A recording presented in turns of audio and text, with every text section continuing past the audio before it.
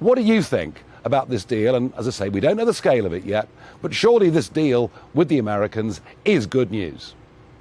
It is. And I actually think you've been a bit harsh on Rishi Sunak, because after all, he's only been in the job, 10 days, something like that. And certainly the reports I've read talk about 10 billion cubic meters from the US. So that is a very significant chunk.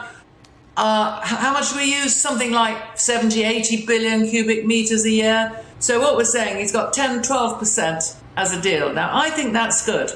Let me pick up your point on fracking, though, if I may, Nigel. And the US has never had this sort of constant concern, somewhere between concern and outcry, protest or whatever, against fracking that we have here. To my mind, what the key is not so much fracking. There's a battle that, we can fight, but the battle I would much prefer to fight is getting those small-scale nuclear power stations in place, the ones which cost you about $2 billion, you can build in a couple of years, and you can put them on the existing sites of the current nuclear power stations. That gives us both low carbon and the essential backup that we need. So I take my efforts down that road, and I sincerely hope that he will do that next. Angela, I take your point, but nuclear energy should not be there as backup. Nuclear energy surely is there as baseload, whereas with gas, you can turn the gas on, you can turn the gas off. And given our huge over-reliance on wind energy, we would possibly find ourselves with way too much energy at some points and too little at other times. But let me just pick you up on the point. You said I'm being too critical of Rishi Sunak. Yes. He has made it absolutely clear,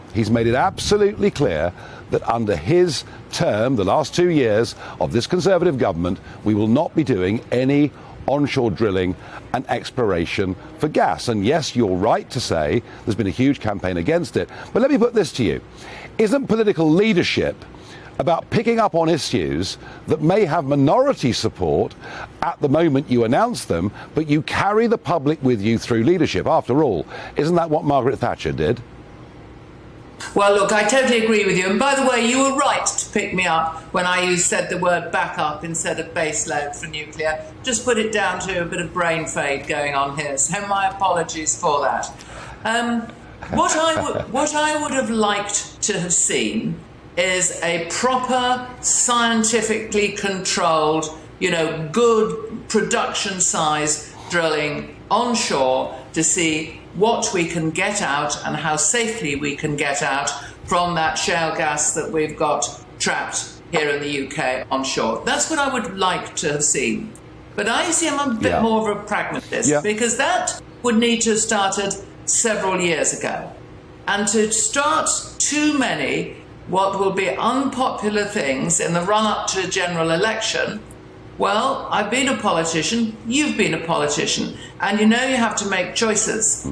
Nuclear power is not overwhelmingly popular, but by God, it's a much better deal than doing nothing, which is what we've done. And it's a much better early energy security proposition than spending a lot of money on doing another big power station at Sizewell. I'm not against Sizewell, but I know for sure that you can get the small scales up and running much quicker. You can get private investment there, and I would put more money in that direction than I would actually on more wind, because the more I build wind, the more I've got to put pylons up, the more I've got to bring cables down the east side of this country, and the more I'm going to upset all the residents down there.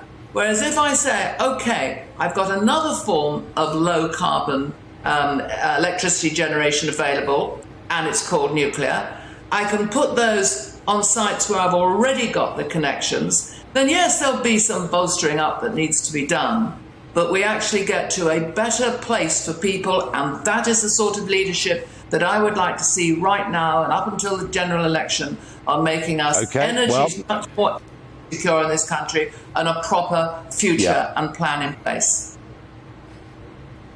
Angela Knight, thank you very much indeed for that. And I'm absolutely with Angela completely on wind energy. I really am. And I'm with her on nuclear too. I just think we need backup, and gas provides that.